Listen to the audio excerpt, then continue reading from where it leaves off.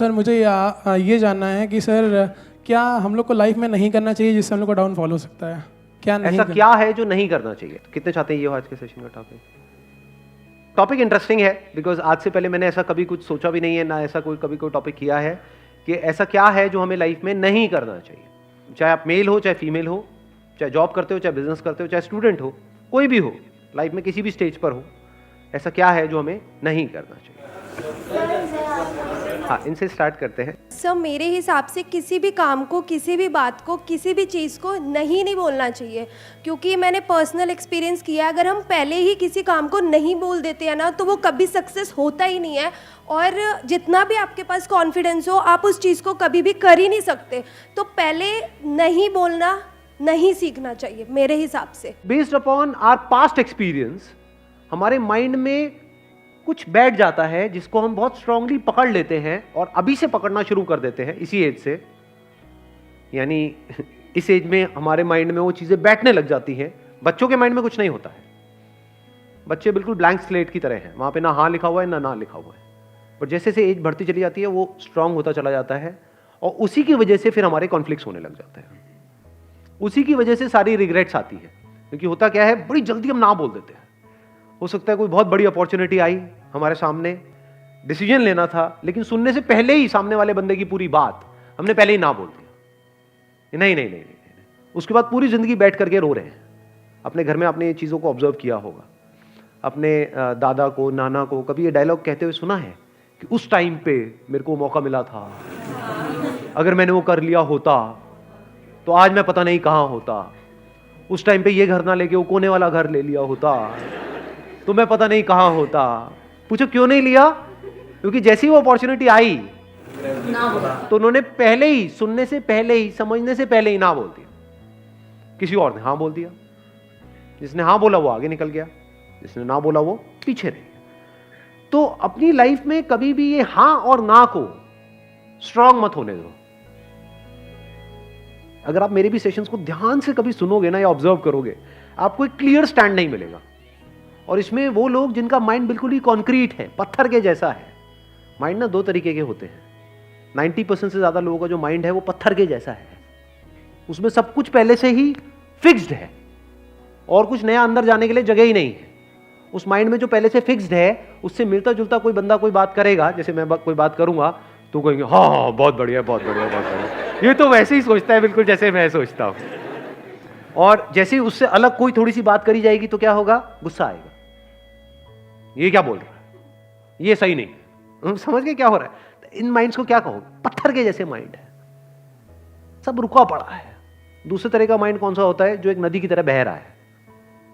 जब तेजी से बहता है तो वहां पे कुछ भी पकड़ने के लिए नहीं है, आप कोई भी साइड नहीं ले सकते। और जैसे ही आप साइड नहीं लोगे तो लोगों को प्रॉब्लम होगी जिनका माइंड कॉन्क्रीट है। वो कहेंगे अच्छा आपने अपने इस सेशन में तो ये बोला था, इस सेशन में ये बोल रहे हो, तो क्या ये सही है या ये सही है? ये आती है प्रॉब्लम कई बार या नहीं आती है? तो भाई वो भी सही है, वो भी सही है, स्टैंड पॉइंट्स अलग अलग है। इस एंगल से देखोगे तो ये सही है, इस एंगल से देखोगे तो ये ही गलत है। सिक्के के एक तरफ से देखोगे, अगर लाइट इस तरफ से आ रही है तो उजाला है, सिक्के पर उजाला है, इधर से देखोगे तो क्या है, सिक्के पर अंधेरा है। तो अब आप कहोगे भैया क्लियर बात क्यों नहीं करते, सिक्के पर उजाला है या सिक्के पर अंधेरा है, सिक्का हेड है या सिक्का टेल है, क्लियर बोलो ना। ये दो बातें क्या करते हो, सिक्का हेड भी है टेल भी, ऐसा कैसे हो सकता है? समझे? तो हो सकता है पास्ट में आपको किसी बंदे के साथ में कोई खराब एक्सपीरियंस हुआ, तो फ्यूचर में जिससे भी आप मिलने वाले हो सकता है वो भी गड़बड़ हो सकता है ना हो। Let me find out. तो फिर क्या होगा, जैसे आप बोलते हो लेट मी फाइंड आउट, आप धीरे धीरे आगे बढ़ने लग जाते हो। आप एकदम से ना बोलते हो, ना जल्दीबाजी में हां बोलते हो, और ये बड़ी कमाल की स्टेट होती है। Let me explore, let me find out. अब आपके अंदर पेशेंस आ गया है। लोगों के अंदर पेशेंस ही नहीं है, बड़ी जल्दी तैयार बैठे पड़े हैं अपना जजमेंट पास करने के लिए। कहीं भी जरा सा कुछ हो जाता है, बड़ी जल्दी जजमेंट पास नहीं करते हो कि उसने बहुत गलत किया। आपको पता भी है उसने क्या किया है, क्यों किया है, आपको पता भी है उसने किया भी है या नहीं किया है। नहीं, बस जजमेंट हमारा तैयार है। ऐसे ही जैसे हम दुनिया को जज कर रहे होते हैं, ऐसे ही अपने घर में और लोगों को जज कर रहे होते हैं, ऐसे ही खुद को जज कर रहे होते हैं। करते हैं नहीं करते हैं? तो यस और नो क्या है, जजमेंट है। तो जजमेंट को जल्दी पास मत करो, आराम से करो, और इतना भी आराम से मत करो जैसे इंडिया में कोर्ट में होता है कि 20 साल लग रहे हैं एक जजमेंट को पास करने में। 20 साल नहीं लगने चाहिए, ना 20 सेकंड लगने चाहिए, बीच का टाइम कहीं पे ठीक है, थोड़ा सा 2-4 दिन, 5 दिन, 20 दिन। बहुत बड़ा डिसीजन है तो 2 महीने। बड़ा डिसीजन मतलब क्या? शादी का डिसीजन बड़ा डिसीजन है, करियर का डिसीजन बड़ा डिसीजन है, तो वहां पे अगर 20-25 दिन, महीना भी लग जाए, दैट इज ओके। तो ये हमको एक आंसर मिला लाइफ में क्या नहीं करना चाहिए।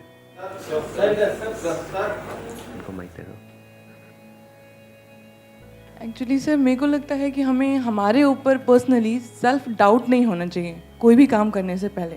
अगर हमने अपने आप पे डाउट करना शुरू कर दिया, फिर हम कुछ भी करेंगे, लाइक अगर मैं यहाँ स्टैंड करूँगी फिर मेरे को लगेगा मैं खड़ी हो रही, मैं कहीं गिर तो नहीं जाऊँगी। सो मुझे लग रहा है कि वो डाउट नहीं करना चाहिए अपने आप पे।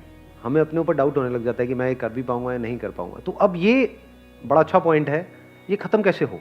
ये जो सेल्फ डाउट है ये एक बहुत बड़ी प्रॉब्लम है, क्योंकि अगर आपको अपने ऊपर ज़रूरत से ज़्यादा डाउट होने लग जाए, मैं इसको बोल सकता हूँ excess of everything is bad.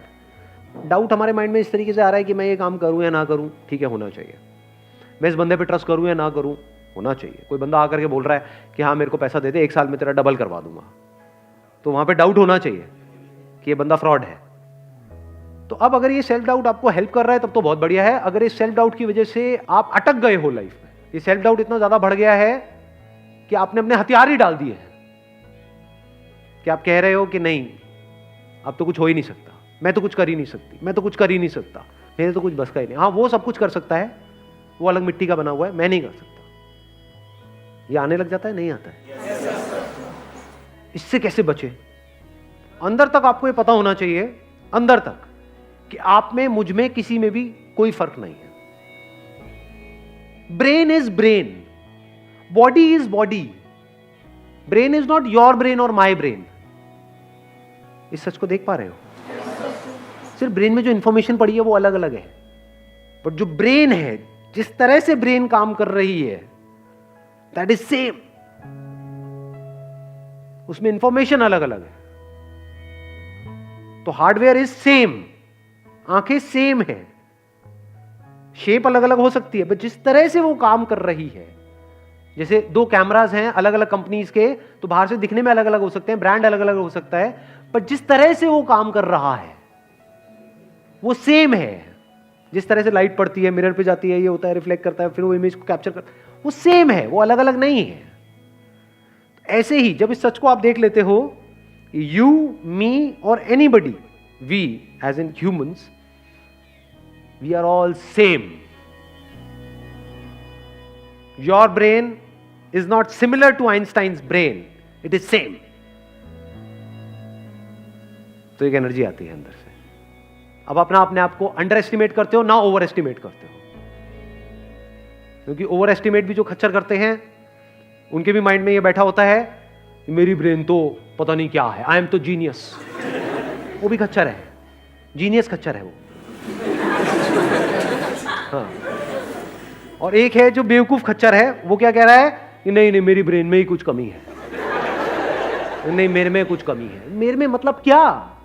अलग तरह की इंफॉर्मेशन अंदर डाल दो, वो अलग तरह से काम करने लग जाएगी ब्रेन। सिंपल है।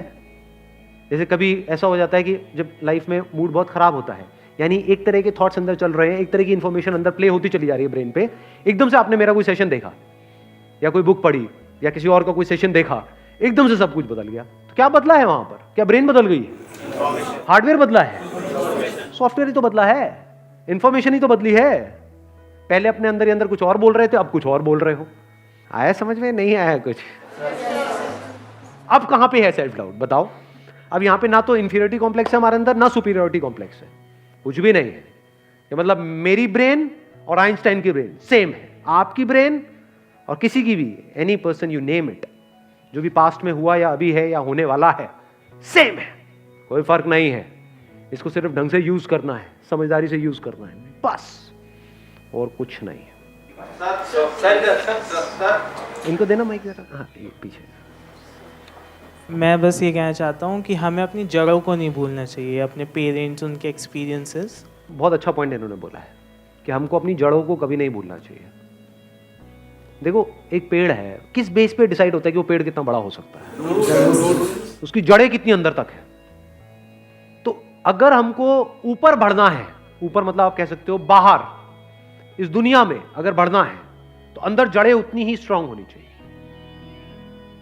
अगर अपनी रूट्स को हमने छोड़ दिया और ऊपर बढ़ने की कोशिश कर रहे हैं तो गिर जाएंगे। थोड़ा सा आंधी तूफान आएगा, दिखेंगे भी नहीं कहां गए। तो हमें क्या नहीं करना चाहिए, कभी भी अपने माँ बाप की डिसरिस्पेक्ट नहीं करनी चाहिए किसी भी हालत में। अपने माँ बाप के बारे में कुछ बुरा सोचना तक नहीं चाहिए, करना तो बहुत दूर की बात है। और कुछ लोग थोड़ा बहुत पैसों के चक्कर में पता नहीं क्या क्या कर रहे हैं। किसके साथ? अपने माँ बाप के साथ। कौन है माँ बाप? आपकी जड़ें हैं।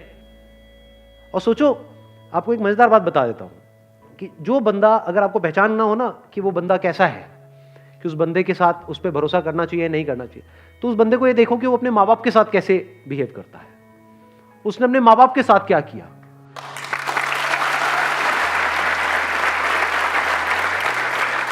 क्योंकि जो बंदा अपने माँ बाप का सगा नहीं हुआ, अपने भाई बहन का सगा नहीं हुआ, वो किसका सगा होगा? उस पर क्या भरोसा करोगे? वक्त आने पे वो आपको भी काटेगा। जिसने अपनी जड़ें काट दी, उसके लिए और दूसरा पेड़ कहां मैटर करता है? आप तो दूसरे हो ना। जिसने अपने को नहीं छोड़ा वो आपको क्या छोड़ेगा?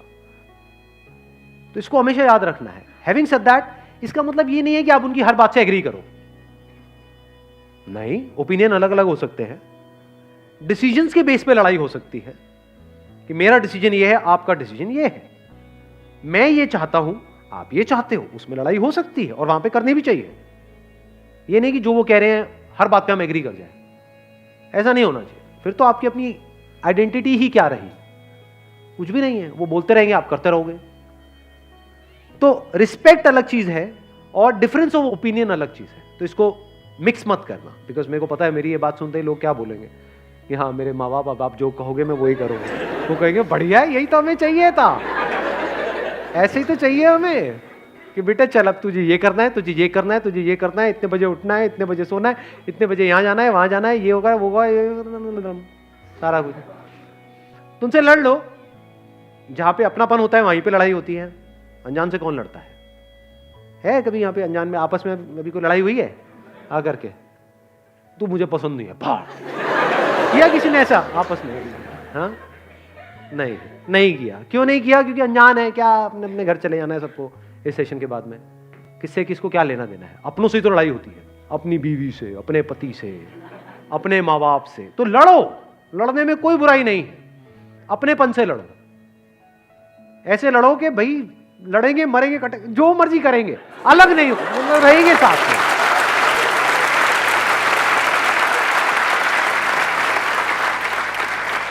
इसको इस तरह से भी कह सकते हो, आपस में लड़ेंगे, बाहर का कोई आएगा तो फिर हम एक हो जाएंगे, फिर नहीं छोड़ेंगे। या एक्चुअल में अगर कोई मुश्किल आएगी तो हम सब एक है।